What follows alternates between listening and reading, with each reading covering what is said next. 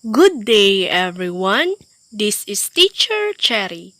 In this video, we will learn about geometric sequence. We will illustrate geometric sequence, differentiate geometric sequence from arithmetic sequence, and determine the nth term of a geometric sequence. What is geometric sequence? A geometric sequence is a progression in which each term is obtained by multiplying the preceding term by a fixed constant called common ratio denoted by R.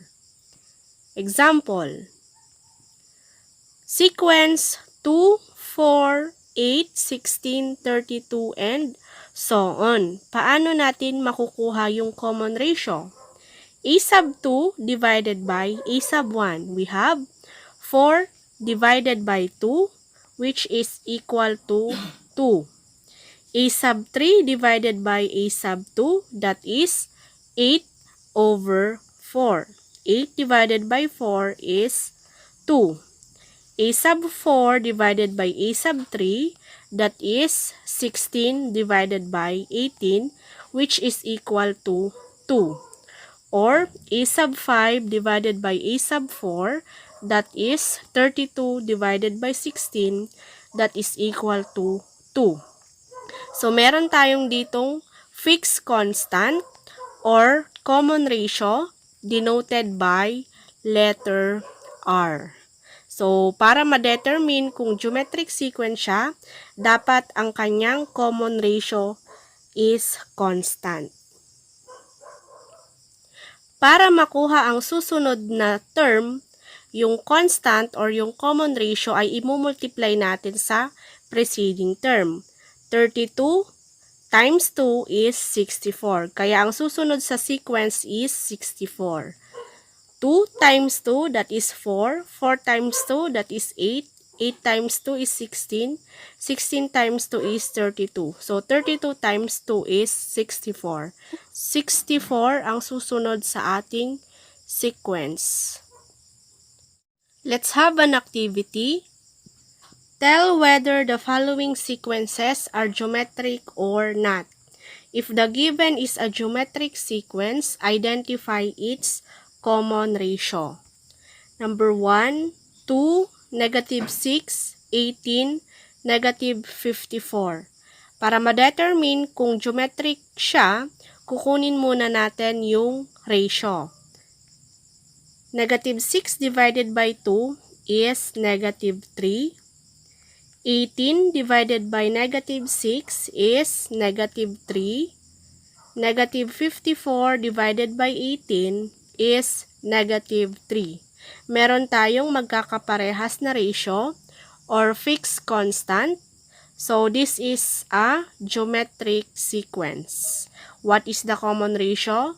The common ratio is negative 3. R equals negative 3.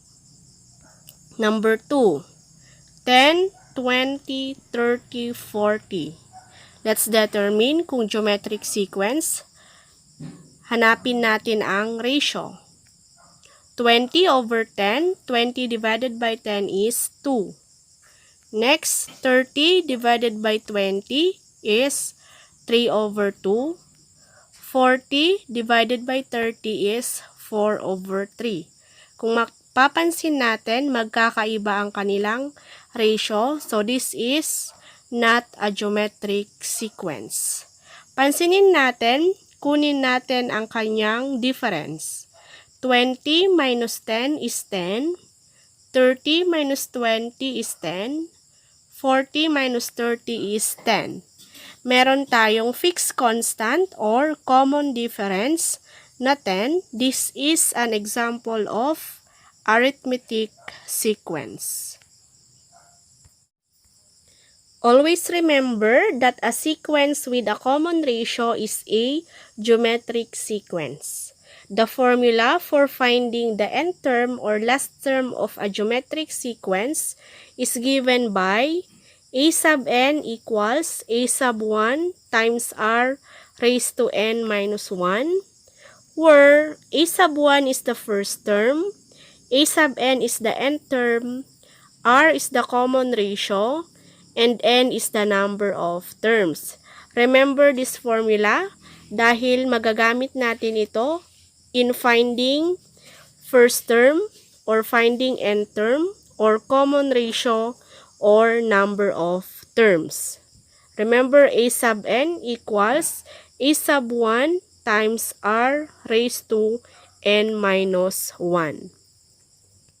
Let's have example number 1. Given the geometric sequence 2, -6, 18, and so on, find a sub 5 or the fifth term. For our solution, let's write first the given. Ang given natin, ang a sub 1 natin or the first term is 2. Ang common ratio natin is -3. Paano natin nakuha? A sub 2 divided by a sub 1, -6 divided by 2 is -3. A sub 3 divided by a sub 2, 18 divided by -6 is -3. Ang n natin is 5 since ang hinahanap natin is fifth term. Ang a sub 5 is missing.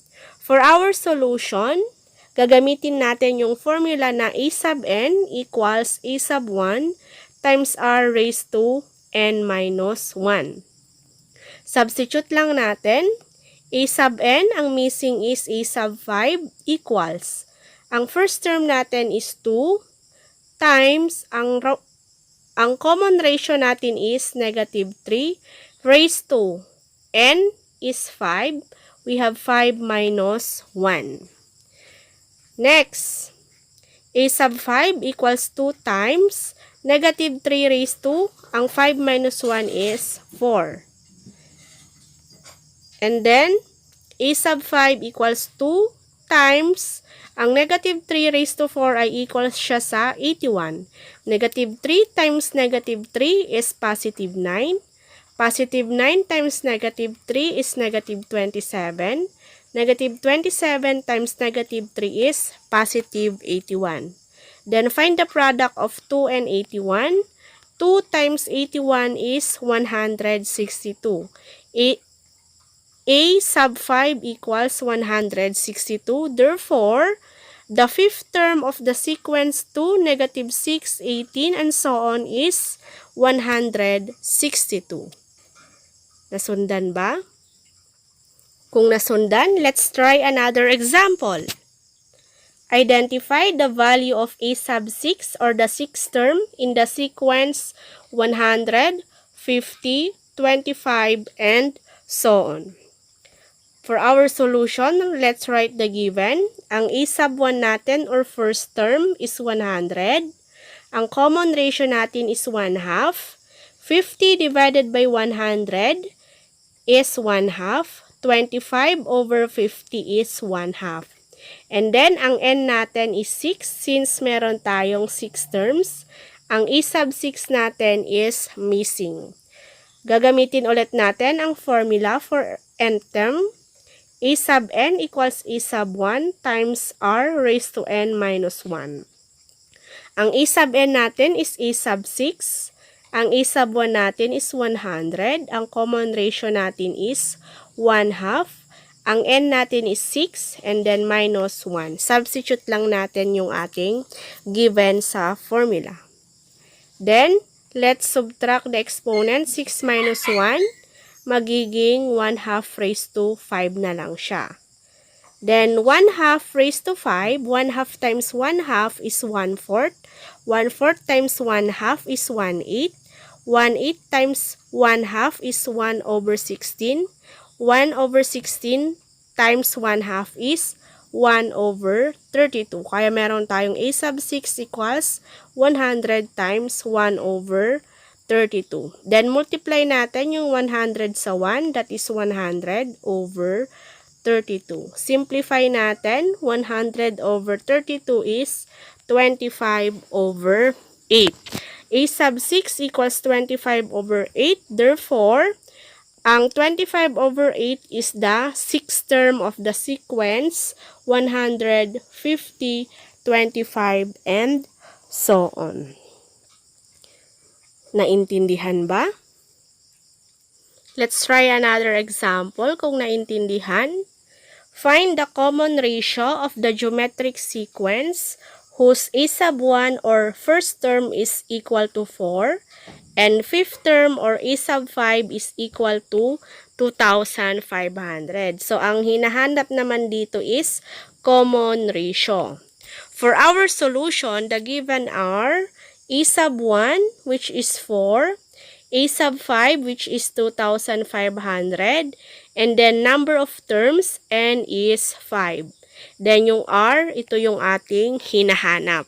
Gagamitin pa rin natin ang formula na a sub n equals a sub 1 times r raised to n minus 1. Substitute the given values to our formula. A sub n is a sub 5. Ang a sub 1 natin is 4. Ang common ratio is missing, so r pa rin. Ang n natin is 5, so we have 5 minus 1. Ang a sub 5 natin is 2,500, substitute, equals 4 times r, 5 minus 1 is 4.